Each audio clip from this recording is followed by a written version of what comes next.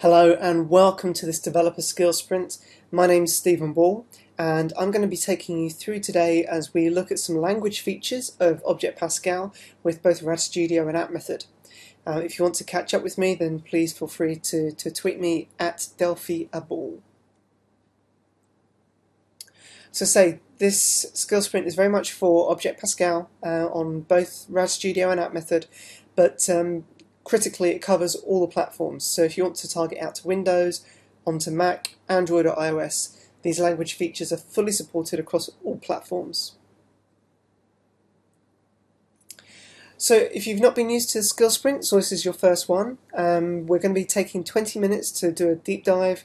We've got a number of elements we're going to be looking at today. So we're going to be looking at some of the new language features that come through. We're going to see how they can make life easier for us with our development, and how you can use these to make your code easier to manage, test, and also read. Ultimately, these save time. Now, we're not going to be able to see all of the aspects that I've just mentioned linked together today, but we will try and draw some of them together at the end as we go through. So the key things we're going to look at, and this is going back over literally the last 6-7 years, some of the new stuff that's been introduced through Embarcadero. We're going to have a look at some of the loops and how looping through code has been improved. We're going to look at class methods and class variables and how they can help us with things like singleton patterns and so on. We're going to look at class records and helpers, which are an exceptionally powerful technique for expanding existing classes and records. I know a lot of people use these for working with remotable objects and so on, but they're core in the product as well for working with strings and integers and floating variables and so on. We're also going to mention anonymous methods and have a quick look at those. Importantly, we're going to go over what interfaces are and how they work. They've been around the product for, well, since Delphi 3, so a very, very long time. But interfaces are a great way to be able to manage different types of capability, and we'll learn a little bit about those. Now, finally, I'll throw a quick example of RTTI. I won't have time to delve deeply into all of those, but we're there to kind of get the grips of how they are and how they work together, which would be quite useful. So before we get into some code, I just want to kind of mention what an interface is. And I know an example that I quite often use is a steering wheel.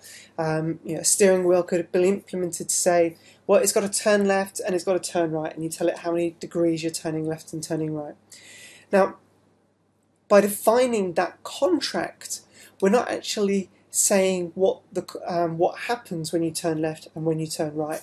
We're just saying that there's a method for turning left and turning right. Now, that method can then be supported by other objects. So the implementation of a car may support that interface, and you can have multiple interfaces on a single class. So by saying that you're going to support this interface, you then have to support the methods subscribed to by that interface. So the turn left and the turn right, for example, here. Now, equally, we could have a T-boat that supports the same interface. Now, a T-boat may be a very different type of vehicle to a car. When you turn the steering wheel left on a car, it turns the wheels. When you turn the steering wheel left on a boat, it turns a rudder. So very different implementations under the hood, but they still would support the same thing, a steering wheel for turning the vehicle. So that's where interfaces can be really, really powerful. So we're going to park that, and we'll come back to interfaces a little bit later on through this session. But let's get in and learn about the different things. Let's start off with some of the features that have come through from loops. So one of the previous skill sprints, we had a session on generics. So I'm not going to kind of stay too long on that really here, but here we're using generics to show an example of the old way of doing it with a T-object list, and then having to typecast the object from the object list to then be able to use it as that type. And here we're using a generic list to do the same thing. But one of the nice things with the generic list as well is we can actually improve the loop style. So here we're saying take every item in the list and then put it into a person object, and we don't have to typecast it, but what we can actually do is we can reduce the number of lines of code required here by 2. So if we say for P in a list 2 do, this is going to take each person in the list, tPerson object, and return it back automatically into this object here. So without having to declare I, without having to then typecast, we're able to write our loops a lot cleaner and make them easier to read. Now this is great when you're looping through and you've got nested loops as well, because you can really see what you're working with a lot quicker, which is great. So looks like we're missing here just a list.free. So let's go ahead and run this. We should be able to see that we get the 4 names pushed out, and then yeah, there we are, all coming out okay still. So a much simpler way to manage our loops. Okay, I also wanted to talk about class methods and class variables. So let's just go close this here. And here I've got a class method. So a class method is a method that you can call on a class without having to create an instance of the class. Quite often they're used for going and doing a specific task and returning something back without you having to have the code to create it, go do it, and then free it away again. So here I've got tmyclass.foo, and if we come in here we can see that literally all we're going to do is we've got a class variable in here, which is a concept that was introduced, and this means that it manages its state across the classes. So you can literally go call procedure foo, which is a class procedure. There's no constructor code in here whatsoever. So we can see that we're inside foo. We're going to set increase the value and pass it through. In fact, what we could do here in the constructor, we could say x equals 42 as well. So let's just go run this, and we can see x equals 42 the first time we call foo, because the class constructor has been run. So we can define what happens when the class is called for the first time in here, and then as we go through and call it each time, we can see this is increasing the value, 43, 44, 45, and then as the application's finishing, we get the finalization and the destructor here through. So that's pretty cool. We're able to see that class variables, although we're not storing an instance of this anywhere, it's part of the class, and we're able to call it from wherever, and it will just work without having to store a pointer to it, which is very, very useful. But obviously that's a singleton pattern, because anytime you call the class it will just go work with that. Now I also want to talk about class records and helpers, because we've spoken about the class methods and the class variables, but we also introduced a while back, and we can go find them. They are here. The ability to create class and record helpers. So in here we've got a specifically defined one for the T-vector 3D, and this is we've called it T-vector3 helper. Here we can describe this as a record helper. There's also class helpers which you can use, so you could have a class helper for, and then the class that it helps, or the record that it helps. So here we're adding to the T-vector3D function called toString, which is run inline. And here we're literally saying take the vector 3Ds, x, y, and z coordinates, and pass them out in brackets. So that gives us the value out and allows us to call a T-vector 3D to string. Now, that means this code here works. All you need to do is just add the helper to your uses clause, and it will then make that capability available. Now, we also have introduced, you can say like 10 to string, and then click on here, and that will take you to, it's just control click, will take you to the system.sysutils, where we now have an awful lot of record helpers for integers and short ints and small ints and strings and so on, and for bytes, and you can see all the different ones in here that give you a host of different capabilities, including asking for the length and so on. Overloaded formats for to string, so you can pass in formats and precisions and so on as well. So these are very, very useful, and are just they're part of the language now. But obviously, using those, you can also expand other classes that don't support those capabilities to be able to do a toString or to do whatever you want. And I know a number of people use these with SOAP objects, for example, where they fetch a SOAP object, and then in their local code they'll have a class helper that allow them to save and load and persist that SOAP object. So every time that's updated through the WSDL, it's not knocking out the code that you've got to support that object. But there's loads of different ways of doing the same kind of thing. Now, do be warned, you can only have one of these per class, so if you do add one in to your uses clause, that will knock any other ones out. So just be aware of that. But let's see, this code now will compile. We'll be able to run it, and we'll be able to see A, B sets, and then the values pushed out. We can also see the length of this string here, using s.length.toString is 14. So a lot easier and cleaner to read than having writing it the old way, which would have been length of str, and then having to do int to str there. This is much cleaner to read and maintain. Okay, what else do we want to have a quick look at? Anonymous methods. So anonymous methods are very, very cool. They allow you to be able to literally write a function without providing it somewhere. And if we go and let's create a new other, and we're going to create a thread object, and we're going to call this my thread.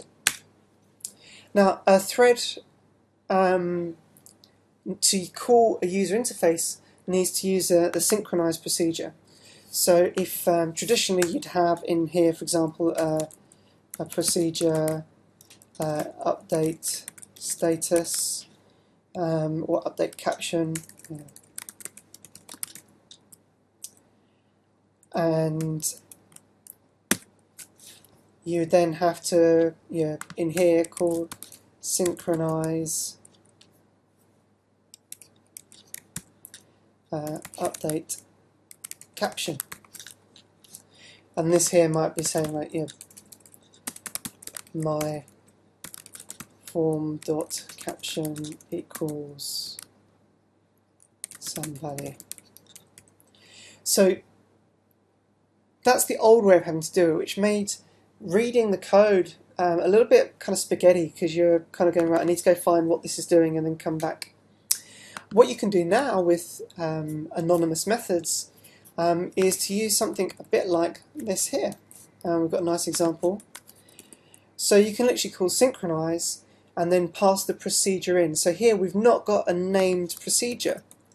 So we can get rid of this code, and you can see we've got another example in here, which is just procedure, begin, end, and then finishes off.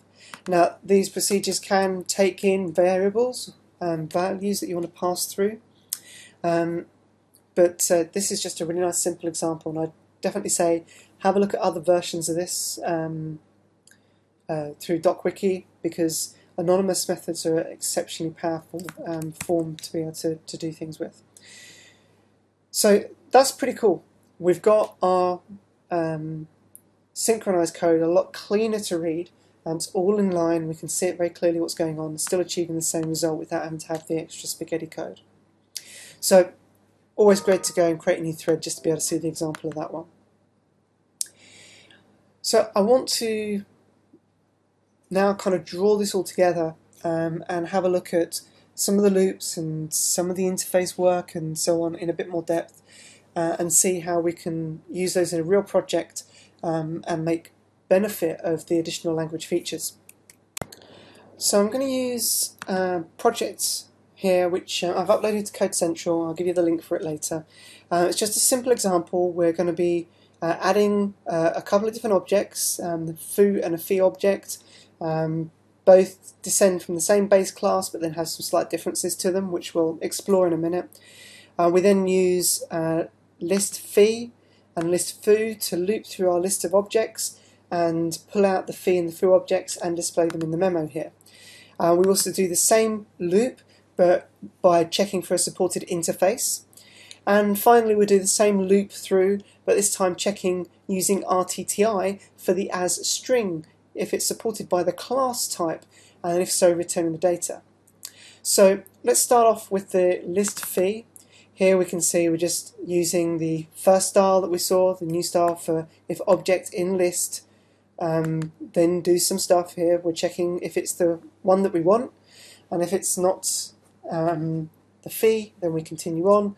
Otherwise we typecast it to the fee and adds the fee and ID value out. For the foo, we do exactly the same, but here we're using the older style where you have to use and declare I. Just for illustration purposes and to remind you what we've been speaking of. Both work exactly the same with the same generic list here. Finally, we search through the interface. So we say for each object in the list, we then query, does the base object support, so can we get the interface? And if we can get the interface, it returns a Boolean value, and we can then do some stuff with it. So we're asking here, this is the interface that we want, and this is where we want it to put an instance of that interface. So if the object supports the interface, it will then get a copy of that interface and put it into my I, and we can then work with it, and then when it's done, it will then just free it out the way.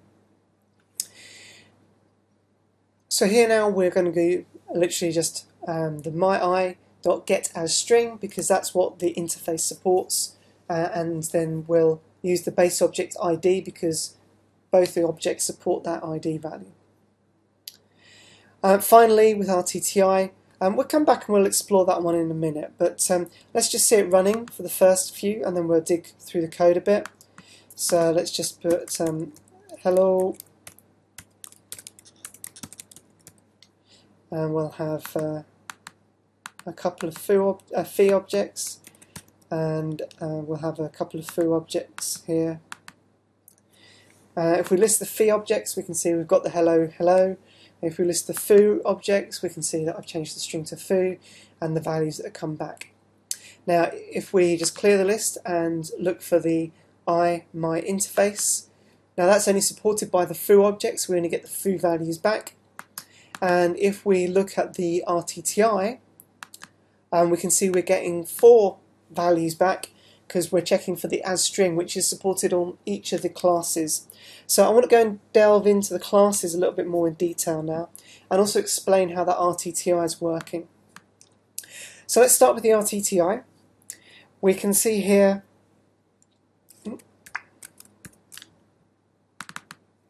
that we're creating an RTTI context.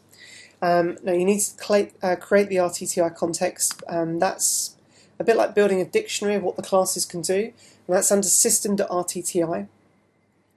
Once we've got the context, we're then able to use our loop to get the object, and with the object we're able to say, right context, get the type for this class type. So we ask the base object for its class type, so that'll give us tfoo or tfee, and that then gives us a picture of that class in the RTTI type. Now in the RTTI type we're able to ask it, can we get a property called asString? And if so, please put that property into the p value here. So if we do have a p-value, then we're able to ask the p-value to get the value of the property from this instance of the object. So we could have multiple instances of the object here if we know we're working with the same class type. And we could have put this outside the loop, but because we know we have different class types, we have to do that inside our loop here. So once we have the value of the property from this object for asString, we can then ask the value. T-value has ironically, it has a asString value. It also has an asInteger, and we can query the type, but we know it's going to be a string here, so I'm just automatically using the .asString, and that's giving me the value, the tValue.asString value from the property of the object. So that way, without having to know what the class is, we could pass any class in here, query for any property, and then get that as a string. So that's how the RTTI one worked. If we go and have a look at the interface one, again, we just work our way through the get interface and find the ones that are supported, but we need the object to be supporting the interface. So let's go and see how tfoo has supported the interface, but tfee hasn't. So I'm just going to use the structure pane here to navigate around very quickly. So here's my base class with the ID and a constructor for passing an ID only. Now this is an interfaced object.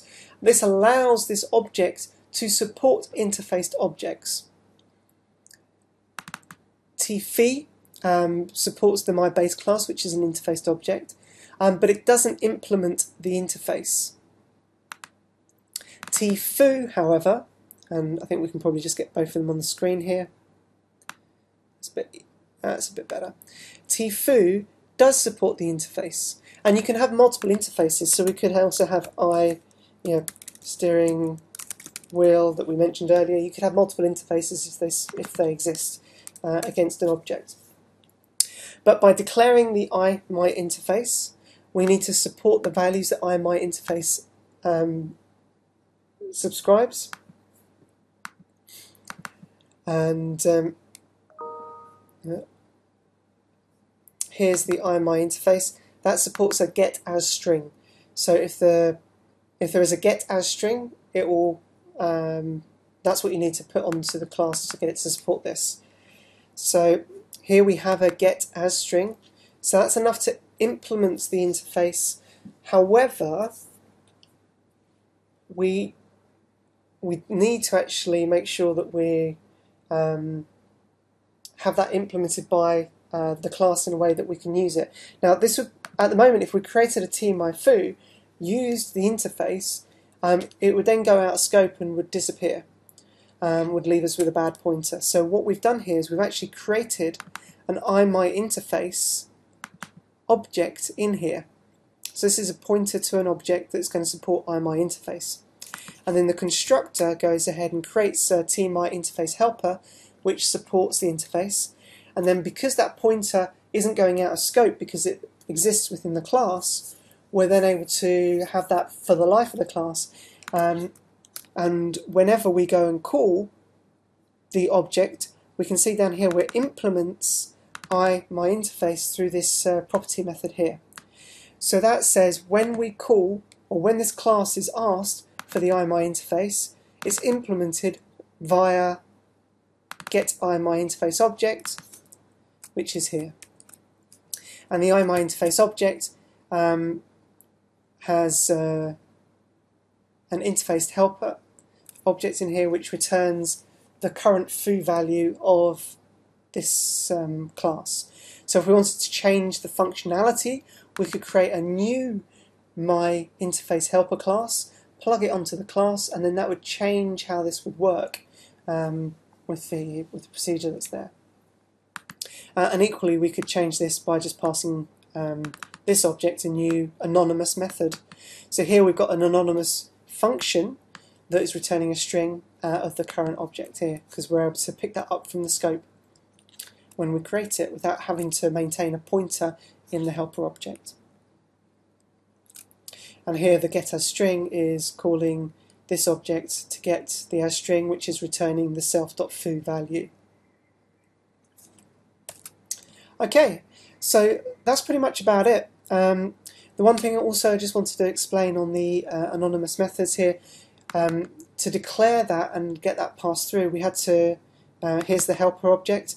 We can see the constructor has a tmy interface helper function, which is a reference to a function that has a string returned and no values passed into it. That's how we're able to declare a function header that we can then use anonymously later on as well, if we so desire. Okay, so we've had a look through some of the loops, the class methods and variables, and how we can work with those. We've had a look at the class record helpers. We've had a look quickly at anonymous methods. We've described and looked at interfaces a bit and seen an example of RTTI in action. Now, there's a whole host of resources online. I just really wanted to give you a flavour of some of those so you can think, oh, that would be useful in my code. The example that we saw at the end is available from Code Central as item 29927. Equally, DocWiki, just go search interfaces, anonymous methods, and you'll get some great tutorials up that will take you through examples of how to work with those online as well. So really now it's time for some Q&A. There was one question along the way. It was about the for in versus doing the regular for loop, and it'll do the same thing, right? And more, right, Stephen? Yeah. Well, the great thing about it is where you've got an object list where you've used generics, for example, then you can list through by defining the type of object you want to get and work your way through it. Using string lists, just doing for s in string list, as somebody else mentioned as well. There's some great places where you can do it because you know that list contains a specific type, and when the compiler can see that as well at compile time, then that's brilliant. If you want to use the standard object list, then you kind of have to do for object in object list. But yeah, it's brilliant as a way to just be able to remove lines of code that you don't really need, because who really wants to say, well, I've got an object list of specific type of objects here. Why do I need to declare an integer, use that integer from 0 to the count of the list, and then go get the item from the list? You know, you're doing 3 lines where you could just do 1, and yeah, it's really nice to be able to work with that in that way. Yeah, there was a question around class helpers, if we got plans to enable it to be able to do multiple class helpers on the same class. I know this is something. Yeah, I know this is something that Marco's been looking into, and looking into the different use cases people want around it, and it depends on the kind of type. So they're gathering some information around that. They're looking into it, but there's also other enhancements that they're looking to do around the language, and looking at how they, you know, they don't want to go and add something on if it means actually it prevents something better coming in the meantime. And there's ways to get around. You know, you can have some stuff in a couple of units if you want to go and use other class helpers as well. But yeah, and there's always more things that the team is looking at for the language. It's always that question of, should it be done in the runtime library, in the component framework? Should it be done in the language? Some people favor doing more things in the language. You'll see some work that's being done on parallel library. I think Jim previewed that this week in his stops. There's a parallel library that's been built that works with Object Pascal and C++, and it uses methods for certain things.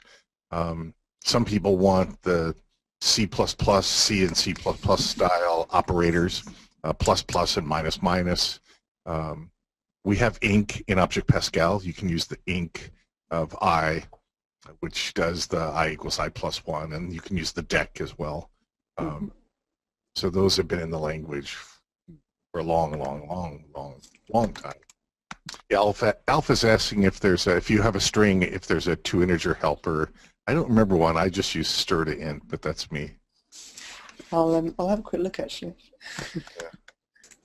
Yeah. And then Karsten, if I'm pronouncing that right, is mentioning Nick's book Coding in Delphi. There's an ebook version and a printed book version, and Nick covers a bunch of coding techniques and skills in that book as well. So that's great for people. You should buy that. Nick did a webinar earlier this year in the Rat in Action series on coding in Delphi and unit testing, and as part of his book. Also, I think we had the ebook version for registered user downloads as a promotional item for, I think, XE6, or was it XE5? I forget.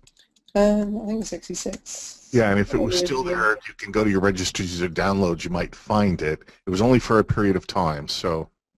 So I just typed into my IDE the number 10 dot toString dot toInteger, and it's compiling. So Okay. I guess that's the answer for Alf. Okay. And again, a couple of people asked about the code. So there on the screen is the URL in Code Central. I don't know if you have a blog post as well, Stephen. I'll get one up. Yeah. Okay, so Stephen's, let's see, what is it? I guess it's just blogs. Well, no, we're on the new blog system. Yeah, I've actually got my own blog up running as well Okay. now. So Okay. Yep. which is matches in with my Twitter handle, delphiable.co.uk.